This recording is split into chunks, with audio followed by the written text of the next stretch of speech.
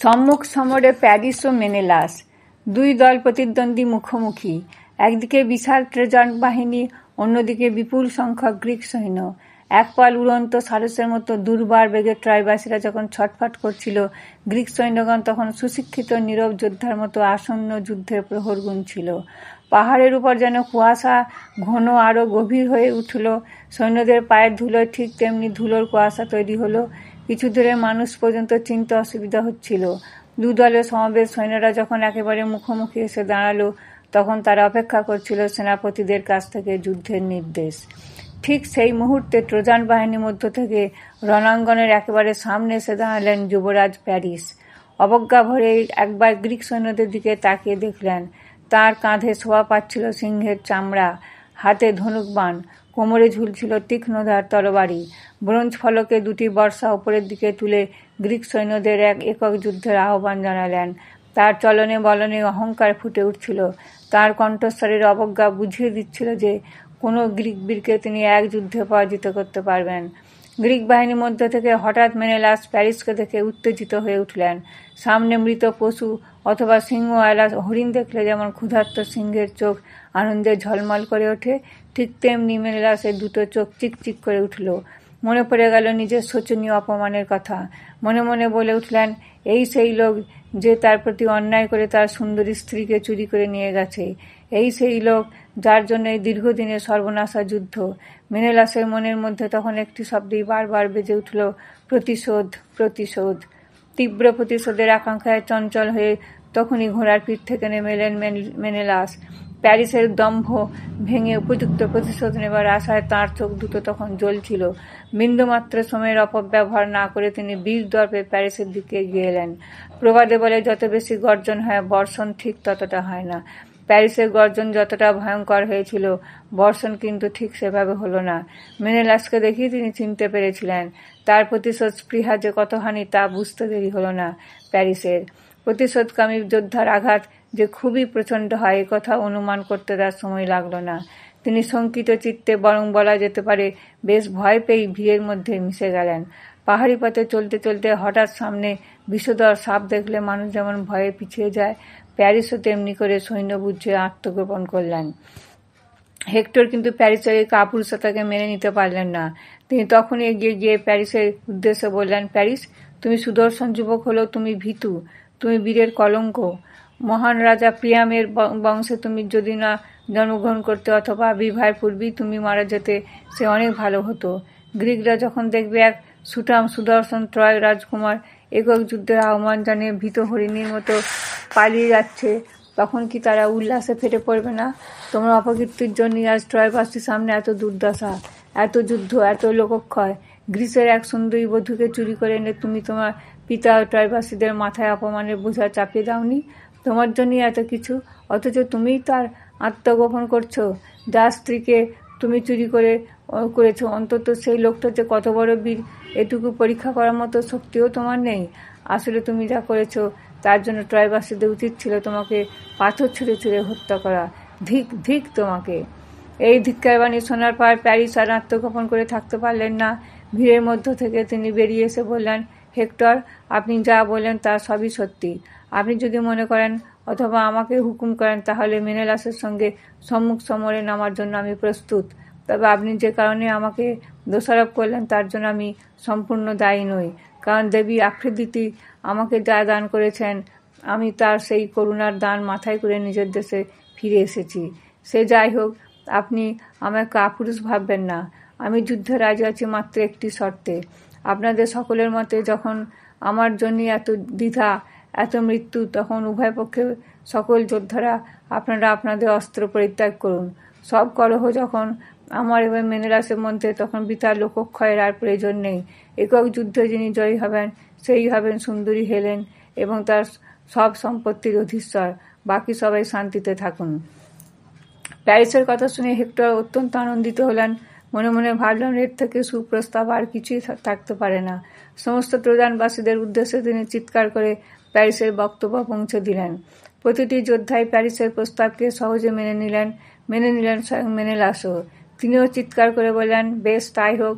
আমাদের দুজনের মধ্যে যে কোনো একজন মৃত্যুকে বরণ করে নেব। বাকি আর যারা আছেন তারা দুর্বিপাকের বাইরে থাকুন, শান্তিতে থাকুন। তবে যুবকদের মন বড়ই অস্থির, পাখির পালকের মতো হালকা। তারা প্রয়োজন মতো নিজেদের প্রতিজ্ঞার কথা ভুলে যান। ট্রোজানের বৃদ্ধ রাজা প্রিয়ামকে ডাকা হোক। সূর্য, পৃথিবী এবং সমস্ত দেবতাকে স্মরণ করে তিনি শপথ করুন, এই যুদ্ধে যে জয়লাভ করবে হেলেনকে তিনি তার হস্তে উপহার দেবেন এবং সেই সঙ্গে শেষ হবে এই মরণ যুদ্ধ। দীর্ঘ 9 বছরে একটানা যুদ্ধ উভয় পক্ষই তখন ক্লান্ত আর অবসন্ন। উভয় পক্ষই যুদ্ধের অবসান চাইছিল। এই প্রস্তাবে তারা সর্বান্তকরণে সমর্থন করল। সেনারা নিজের নিজের অস্ত্র আর বর্ম ত্যাগ করে ক্লান্ত শরীরকে এলিয়ে দিল মাটিতে। কেউ কেউ তাদের রথ থেকে ঘোড়াদের খুলে দিল ইচ্ছামতো বেড়ানোর জন্য। আর কিছু সৈন্য ব্যস্ত হয়ে পড়ল 2 যোদ্ধার জন্য চতুষ্কোণ রণক্ষেত্র সাজাতে। ইতিমধ্যে হেক্টর লোক পাঠিয়ে দিয়েছিলেন রাজা প্রিয়ামকে নিয়ে আসার জন্য। এতক্ষণ সবকিছু লক্ষ্য করছিলেন সেই রামধনু দেবী আইরিস। ছদ্মবেশ ধারণ করে দেবীটি ছিলেন বিশেষ পটু। তিনি নিমেষে রাজা প্রিয়ামের কন্যা লাউডাইসের ছদ্মবেশ ধারণ করে ছুটে গেলেন হেলেনের কাছে। তাকে সবিশেষ সবকিছু খুলে বললেন। হেলেন তখন নীলচে গোলাপি রঙের একটি বিরাট ক্যানভাসের উপর তাকে ঘিরে যে বিরাট যুদ্ধ চলছে সেই যুদ্ধের নিখুঁত চিত্রটি সূচিশিল্পের মাধ্যমে শিল্পকর্ম করে চলেছেন। আইরিসের কথা শুনে হেলেন আর নিজেকে ঠিক রাখতে পারলেন না। পিতামাতা, পুত্রকন্যা আর স্বামী মেনেলাসের জন্য তার হৃদয় অস্থির হয়ে উঠল। দীর্ঘক্ষণ তাদের জন্য তিনি রোদন করলেন। তারপর একটি সাদা ওড়নায় নিজের মাথাটি আচ্ছাদিত করে অশ্রুসজল নেত্রে ছুটে গেলেন তরুণ শীর্ষে। সেখান থেকে যুদ্ধের সব খুঁটিনাটি স্পষ্ট দেখা যায়। দুর্গের প্রাসাদ শীর্ষে বৃদ্ধ রাজা প্রিয়াম তখন অন্যান্য বৃদ্ধদের সাথেই বসেছিলেন। তারা এতই বৃদ্ধ হয়েছিলেন যে তারা আর যুদ্ধ করতে পারতেন না, কিন্তু যুদ্ধের সবকিছু দেখা এবং জানা তাদের উৎসাহের শেষ ছিল না। তারা প্রতিদিনের যুদ্ধের গতিবিধি লক্ষ্য করতেন। হেলেনকে ওই অবস্থায় তরুণ শীর্ষে আসতে দেখে একজন বৃদ্ধ বলেন, গ্রিক এক ট্রোজানদের মধ্যে এই যুদ্ধ অত্যন্ত স্বাভাবিক ব্যাপার। এমন সুন্দরী মহিলার জন্য পৃথিবীতে আরও অঘটন ঘটাও সম্ভব। এই রূপ দেখে মনে হচ্ছে ইনি যেন স্বর্গের কোনো দেবী। মর্তলোকে কোনো নারীর মধ্যে এমন রূপ দেখাই যায় না।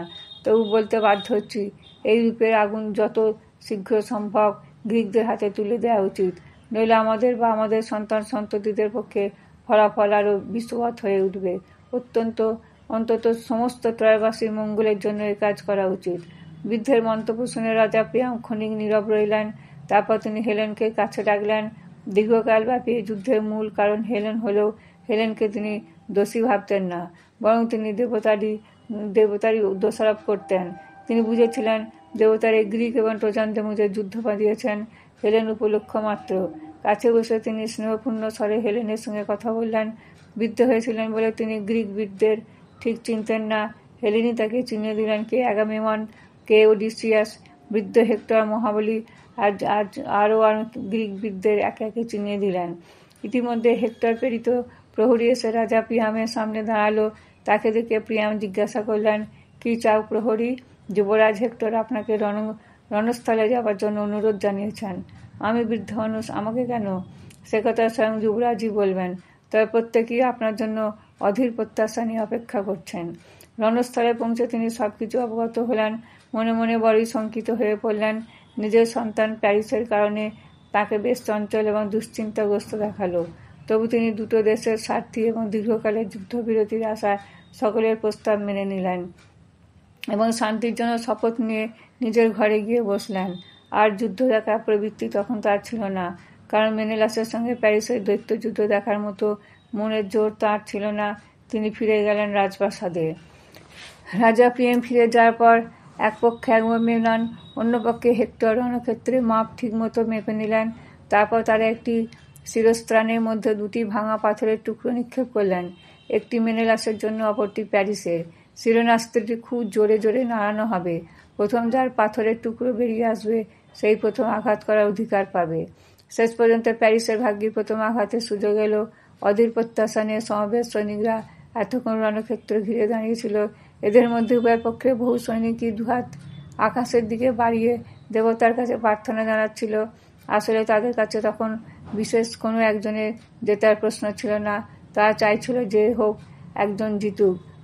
জয় পরাজয় মীমাংসা হওয়া মানে যুদ্ধ থেমে যাওয়া, আর যুদ্ধ থামা মানে শান্তি ফিরে আসা। প্যারিস জয়ী হবার সঙ্গে সঙ্গেই সৈনিকরা নিজ নিজ স্থানে বসে পড়ল। অপেক্ষা করে রইল প্যারিস কতক্ষণে রণস্থলে আসেন। কিছু পরেই প্যারিস এলেন। অনিন্দ্যকান্তির প্যারিসকে তখন দেখাচ্ছিল বেশ বড় যোদ্ধার মতো। জানু পর্যন্ত পা দুটিকে তিনি মুড়ে দিয়েছিলেন রূপোর পদাবরণ দিয়ে। ব্রোঞ্জের উপর রূপোর নকশা করা বিরাট বর্মে আবৃত করেছিলেন নিজের দেহটিকে। কোমরে ঝুলছিল বিশাল তরবারি, এক হাতে ব্রোঞ্জের ঢাল, অন্য হাতে দ্বিমুখী বর্ষা। মাথায় ছিল ঘোড়ার লেজের সুন্দর কাজ করা শিরস্ত্রাণ। অপর প্রতিদ্বন্দ্বী মেনেলাসও নিজেকে সাজিয়েছেন যথাযোগ্য সাজে। দুই বীর যোদ্ধাকে পরস্পরের মুখোমুখি হতে দেখে সব সৈনিকেরই মনে মনে শঙ্কিত হয়ে উঠল। সবারই মন দুরু দুরু শব্দে কেঁপে উঠল। কে জানে এ যুদ্ধে কে জয়ী হবে। তবে একটি আশার আলো সবার সামনে উজ্জ্বল হয়ে উঠছিল। যুদ্ধে যেই জিতুক না কেন, কষ্ট করার প্রাণহানির এ যুদ্ধ এবার থামবে। নিয়ম অনুসারে প্যারিসই প্রথম তার বর্ষা তুলে নিলেন। তারপর অভ্যর্থ লক্ষ্যে সেটি নিক্ষেপ করলেন মেনেলাসের উদ্দেশ্যে। কিন্তু প্যারিসের নিক্ষিপ্ত বর্ষায় মেনেলাসকে আঘাত করতে পারল না। মেনেলাস ঠিক সময়ে তার ঢালটি এগিয়ে দিলেন। বর্ষার তীক্ষ্ণ মুখটি ঈষৎ বেঁকে গিয়ে বর্ষাটি পড়ে গেল মাটিতে। এরপর মেনেলাসের পালা। তিনি তার হস্তোদ্ধৃত বর্ষাটি তুলে সুরপতি জিউসের উদ্দেশ্যে প্রার্থনা জানালেন। তার জীবনের পরম শত্রুকে তিনি যেন একটি আঘাতই ধরাশায়ী করতে পারেন। প্রার্থনা শেষ করেই প্রবল বিক্রমে তিনি ছুড়লেন তার বর্ষাটি। অতি তীক্ষ্ণ এবং ধারালো অস্ত্রটি সজোরেই নিক্ষিপ্ত হয়েছিল।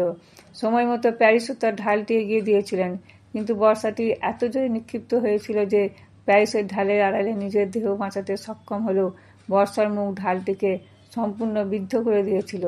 মুহূর্তের ব্যবধানে নিজের দেহ সরিয়ে নিতে না পারলেই প্যারিসের পক্ষে বাঁচা সম্ভব হতো না। দ্বিতীয়বার প্যারিসকে আঘাত করার সুযোগ না দিয়ে চোখে নিমেষে মেনেলাস টেনে নিলেন তার রূপোর তৈরি ঝকমকে তরবারিটি। সশব্দ এবং দেহের সমস্ত শক্তি প্রয়োগ করে তিনি আঘাত করলেন প্যারিসের মাথায়। কিন্তু প্যারিসের মাথায় ছিল সুদৃঢ় শিরস্ত্রাণ। মেনেলাসের আঘাতে যত প্রবল হচ্ছিল, ঠিক ততখানি প্রবল প্রত্যাঘাতে তরবারিটি 3-4 টুকরো হয়ে খান খান হয়ে গেল। হায় হায় করে উঠলেন মেনেলাস, কারণ এত বড় সুযোগ নষ্ট হওয়া একজন যোদ্ধার পক্ষে বেশ হতাশাব্যঞ্জক। জিউসের উদ্দেশ্যে দুঃখে ভারাক্রান্ত হৃদয়ে তিনি বলেন, পরমপিতা জিউস, তুমি সকল দেবতার মধ্যে নিষ্ঠুর। এই মুহূর্তে তোমার আশীর্বাদ পেলে আমি আমার চিরশত্রুকে চিরদিনের মতো বিনাশ করতে পারতাম। মেনেলাস কেবল বড় যোদ্ধাই ছিলেন না, রণক্ষেত্রে তিনি ছিলেন অত্যন্ত তৎপর। মুহূর্তের মধ্যে তিনি ভূপতিত প্যারিসের কাছে গিয়ে শিরস্থান ধরে টানতে টানতে নিয়ে চলেন গ্রিক শিবিরের দিকে। কোনো রকমে যদি একবার তিনি প্যারিসকে গ্রিক বাহিনীর অভ্যন্তরে নিয়ে যেতে পারতেন, তাহলে প্যারিসের অন্তিমকাল তখনই ঘোষিত হয়ে যেতে পারত। কিন্তু তা সম্ভব হলো না। দেবী আফ্রোদিতি ছিলেন প্যারিসের শুভাকাঙ্ক্ষিনী। অন্তরাল থেকে তিনি দৈত্যযুদ্ধের সবকিছুই লক্ষ্য করছিলেন। প্যারিসের মৃত্যু তার কাম্য ছিল না। সহসায় তিনি প্যারিসের চারদিকে ঘন কুয়াশা তৈরি করে দিলেন। এত গভীর কুয়াশা জল যে তাকে আর কেউ দেখতে পেল না। প্যারিস এই সুযোগ হাতছাড়া করলেন না। প্রবল প্রতিদ্বন্দ্বী মেনেলাসের হাত থেকে ছিটকে বেরিয়ে গেলেন। তারপর সেই কুয়াশার মধ্যে সবার অলক্ষ্যে দ্রুত পালিয়ে গিয়ে সোজা চলে গেলেন নিজের শয়নকক্ষে। কুয়াশা সরে গেলে মেনেলাস যখন প্যারিসের খোঁজ করছেন, প্যারিস তখন নিজের বিছানায় গা এলিয়ে বিশ্রাম করছেন। রণক্ষেত্রে আর যখন কোথাও প্যারিসকে খুঁজে পাওয়া গেল না, তখন আগামেমনন নিয়ে এগিয়ে এলেন রণভূমির মধ্যস্থলে। চিৎকার করে তিনি সবার উদ্দেশ্যে বললেন, উপস্থিত সকল প্রত্যক্ষদর্শী, প্যারিস রণে ভঙ্গ দিয়ে যে পলায়ন করেছে তা আপনারা সকলেই দেখলেন। সর্বসমক্ষে এটাই প্রমাণিত হলো যে দৈত্যযুদ্ধে মেনেলাসই জয়ী হয়েছেন। এখন যুদ্ধবিরতির সব কিছুই নির্ভর করছে ট্রোজান সৈন্যদের কার্যকলাপের উপর। শর্ত অনুযায়ী তারা যদি সব সম্মতি সমেত হেলেনকে মুক্তি দেন, তাহলে যুদ্ধের শেষ এখানেই। মহারাজ আগামেমননের এই কথা সমস্ত গ্রীক বাহিনী সোল্লাসে হর্ষধ্বনি করে উঠল।